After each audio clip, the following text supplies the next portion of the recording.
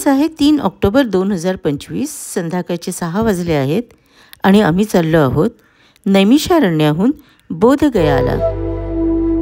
बोधगया जिथे भगवान बुद्धांना बोधिवृक्षाखाली ज्ञानप्राप्ती झाली. होय, आम्ही त्याच बोधिवृक्षाचे दर्शन घेण्यासाठी चाललो आहोत. नैमिषारण्य ते बोधगया हे डिस्टन्स 655 किलोमीटर आहे आणि गुगल मॅपप्रमाणे 12 तासांमध्ये आम्ही पोचू. पण आम्ही रात्री कुठेतरी थोडा वेळ आराम करणार आहोत आणि मग पुढे जाणार आहोत. अरे वा, पूर्वांचल एक्सप्रेसवे सुरू झाला. हा एक्सप्रेसवे खूप स्मूथ आहे असं ऐकलं आहे. चला बघूयात तर. रात्री एका टोल बूथवर सेफ जागा बघून गाडी पार्क केली आणि अंगावरती रजई घेऊन मस्तपैकी गाडीमध्येच छान झोप घेतली आणि सकाळी 7च्या सुमारास आम्ही पुन्हा एकदा आमच्या पुढच्या प्रवासाला सुरुवात केली. पण आज सकाळी सूर्यदेवाचे दर्शन झालेच नाही. आज सकाळपासून पाऊसच पडतो आहे. ॲक्च्युली काल रात्रीपासून पाऊस सुरू आहे. पण पूर्वांचल एक्सप्रेस मात्र एकदम छान आहे. आता पाऊस थांबला आहे आणि आता बघा ना, बाहेर किती सुंदर अशी गावं आणि शेतं दिसत आहेत. खूप छान वाटतं बघायला हे. पूर्वांचल एक्सप्रेसवे आता संपेल, म्हणजेच आता उत्तर प्रदेश संपेल आणि आपण बिहारमध्ये एंटर करू.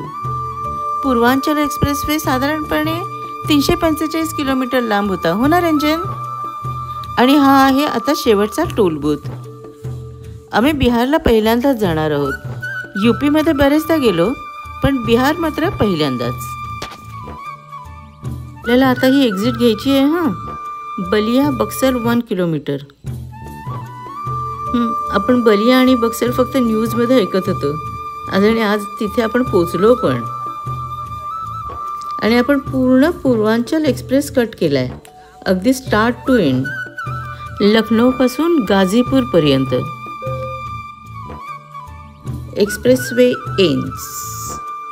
बहुतेक इथून बक्सरकडे एक्झिट केलं की आपण बिहारमध्ये एंटर करू. आणि यूपीमधले रस्ते खरंच खूप चांगले होते, खड्डे नव्हते आणि बहुतेक सगळे 4 वे लेन्स होत्या आणि सिटीसुद्धा एकदम वेल कनेक्टेड होत्या. त्यामुळे ड्राईव्ह करतानासुद्धा बिलकुल त्रास नाही वाटला. आणि सेफ्टी पण खूप चांगली होती. कुठे आम्हाला उगाचच पोलिसांनी कधी अडवून किंवा असं काही चेकिंग करायला वगैरे असं सुद्धा नव्हतं. खूप कोऑपरेटिव्ह असं वाटत होतं. म्हणजे फार पूर्वी यूपीला बिहारला यायला आपल्याला भीती वाटायची, पण आता ते चित्र एकदम बदललं आहे. जिला पंचायत बलिया आपका स्वागत कर रही है. अरे म्हणजे आपण यूपीमध्येच आहोत अजून. खालून गंगा नदी वाहते आहे आणि मी गुगल मॅपवरती बघते की ह्या इथे गंगेच्या एक्झॅक्टली मधून यूपी आणि बिहारची बॉर्डर जाते. हा जो ब्रिज आहे तो गंगा नदीवरून जातो आहे आणि केवढी मोठी नदी आहे ही.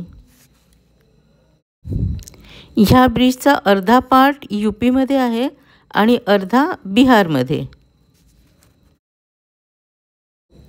पटना 123, छपरा 114 आणि बक्सर 1, म्हणजे बिहारमध्ये आपल्याला लागलं पहिलं गाव बक्सर आहे. बिहारमध्ये काही रस्ते एकदमच खराब आहे. त्यातला हा आहे नॅशनल हायवे नंबर 120. याला नॅशनल हायवे कुठल्या अँगलने म्हणायचं काही कळत नाही.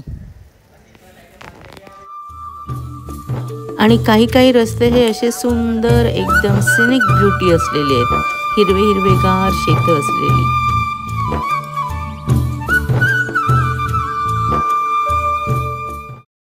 दुपारचे 2:30 वाजले आहेत आणि गया अजूनही 85 किलोमीटर दूर आहे. संध्याकाळचे 5 वाजले आहेत आणि आपण पोचलो आहोत बोधगयाला, ज्याला टेम्पल सिटी असंही म्हणतात. आणि आपण संबोधी द्वारामधनं प्रवेश करतो आहोत. This is one of the most sacred and peaceful destinations in the world.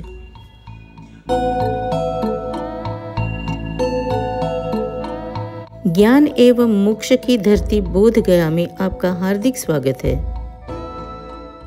इथे आम्ही हॉटेल ताज दरबारमध्ये उतरलो। नाव जरी ताज दरबार असलं तरी ताज हॉटेलशी याचा काही संबंध नाही। मात्र हॉटेल खूप चांगलं होतं, सुंदर होतं। छानशी लॉबी होती, रूम्स एकदम नीट क्लीन, रूम सर्विस चांगली, हॉस्पिटॅलिटी चांगली आणि रेस्टॉरंटमधलं फूडसुद्धा चांगलं होतं। आणि ही होती आमची रूम। ही आहे बोधगयामधली सर्वात मोठी विशाल बुद्ध मूर्ती, ग्रेट बुद्धा स्टॅच्यू। हिची हाईट 80 फीट टॉल आहे। ध्यानधारणेत बसलेल्या गौतम बुद्धांचा हा पुतळा जपानने गिफ्ट केला आहे आणि याची स्थापना खुद्द दलाई लामांनी 1989 मध्ये केली आहे। एशियामधल्या बहुतेक सगळ्या देशातून लोक इथे व्हिजिट करायला येतात। इथे या स्टॅच्यूच्या आसपास सुंदर लँडस्केप गार्डन्स आहेत। इथे थोडा वेळ बसून फोटो काढून शांत बसून खूप छान वाटलं। विशाल बुद्धाचे दर्शन घेऊन आता आम्ही आलेलो आहोत महाबोधी टेम्पलमध्ये। आतमध्ये मोबाईल घेऊन जाणं अलाउड नाही आहे, त्यामुळे इथे आम्ही बाहेरच्या काउंटरवरती लॉकर्समध्ये आमचा मोबाईल ठेवून दिला आणि आतमध्ये गेलो। इथे सुद्धा व्हीलचेअरची फॅसिलिटी अवेलेबल आहे, पण ही सर्व्हिस प्रायव्हेट आहे। आतमध्ये मोबाईल अलाउड नसल्यामुळे अर्थातच आम्ही तुम्हाला आतमधली लाईव्ह व्हिडिओग्राफी दाखवू शकणार नाही, पण आतमध्ये एक फोटोग्राफर होता ज्याने आम्हाला 100 रुपयामध्ये काही फोटो काढून दिले। इथल्या स्पिरिच्युअल आणि हिस्टॉरिकल इम्पॉर्टन्समुळे महाबोधी टेम्पलचे हे entire complex UNESCO heritage site आहे। याच्या एन्शियंट आर्किटेक्चरमुळे हे टेम्पल जगप्रसिद्ध आहे। या मंदिरामध्ये भगवान गौतम बुद्धांचा भूमिस्पर्श मुद्रेमध्ये स्टॅच्यू आहे। मंदिराच्या मागच्या बाजूलाच आपल्याला दिसतो बोधिवृक्ष, ज्याच्या खाली भगवान गौतम बुद्धांना ज्ञानप्राप्ती झाली। हीच ती जागा जिथे राजकुमार सिद्धार्थ हे गौतम बुद्ध झाले। बुद्ध या शब्दाचा अर्थच अवेकन्ड वन किंवा एनलायटन्ड वन हा असा आहे। काळाच्या ओघात मूळ बोधिवृक्ष हा पडून गेला, मात्र ही त्याच वटवृक्षाची 6वी पिढी आहे। बोधिवृक्षाखाली ज्या ठिकाणी गौतम बुद्धांनी ध्यानधारणा केली होती तिथे वज्रासन नावाचे आसन आहे। हे आसन सम्राट अशोकाने बांधले आणि आज हे भाविकांचे श्रद्धास्थान आहे। बोधगयामध्ये अनेक बुद्धिस्ट मोनॅस्ट्रीज आहेत। चायनीज मोनॅस्ट्री, थाय मोनॅस्ट्री, जॅपनीज टेम्पल, तिबेटियन, भूतानीज, व्हिएतनामी, श्रीलंकन मोनॅस्ट्रीज अशी अनेक देशांची जिथे जिथे बुद्धिझम मानला जातो त्या सर्व देशांच्या मोनॅस्ट्रीज आहेत। प्रत्येक मोनॅस्ट्रीचे आर्किटेक्चर आणि सौंदर्य वेगळे आहे, पण प्रत्येक मोनॅस्ट्रीचे पावित्र्य मात्र तसेच आहे। पीसफुल आणि गंभीर असं वातावरण आहे। इथले पावित्र्य आत्म्याला स्पर्शून जातं। इनर ट्रान्सफॉर्मेशनसाठी याच्या एवढे उचित ठिकाण नाही आणि एका सिटीमध्ये तुम्ही पूर्ण एशियाची स्पिरिच्युअल जर्नी करू शकता बोधगयामध्ये। बोधगया हे एक ट्रॅव्हल डेस्टिनेशन नाही आहे। इथे तुम्हाला एक वेगळी अनुभूती येते, एक आत्मिक शांतता लाभते। ती अनुभवायला नक्की यायला हवं इथे। या ठिकाणचे लोकल स्ट्रीटसुद्धा एकदम बघण्यासारखे आहेत। बोहेमियन किंवा तिबेटियन स्टाईलचे इथे स्टॉल्स आहेत आणि इथे तिबेटियन स्टाईलचं फूड जास्त मिळतं।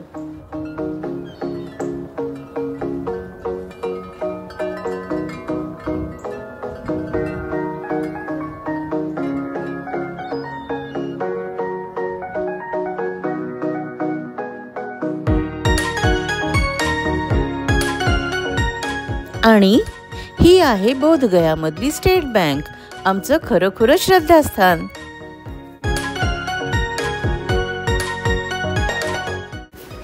त्याशिवाय इथे मगध विश्वविद्यालय आहे, बिहारमधली सर्वात मोठी युनिव्हर्सिटी। इथे IIM बोधगया सुद्धा आहे। खरंच तुम्ही जर का एक ट्रॅव्हलर असाल आणि हिस्ट्री लव्हर असाल किंवा स्पिरिच्युअल कनेक्ट मिळवू पाहत असाल तर बोधगया हे एक परफेक्ट मस्ट विजिट डेस्टिनेशन आहे. संध्याकाळचे साधारण 4 वाजले आहेत आणि आता आम्ही निघालो आहोत बोधगयावरून गया इथे विष्णुपाद मंदिराचे दर्शन घेण्यासाठी. गयामध्ये फाल्गू नदीच्या किनाऱ्यावर एक प्राचीन मंदिर आहे भगवान विष्णूंचे, ज्याचं नाव आहे विष्णुपाद मंदिर. आख्यायिकेप्रमाणे भगवान विष्णूंनी गयासुराच्या छातीवर पाय देऊन जिथे त्याला मारले ती ही जागा. इथे दगडावर विष्णूंचे पाय उमटलेले आहेत, तेच हे मंदिर. अहिल्याबाई होळकरांनी या मंदिराचा जीर्णोद्धार केला होता, त्यामुळे मराठी लोकांमध्ये सुद्धा या मंदिराचे महत्त्व आहे.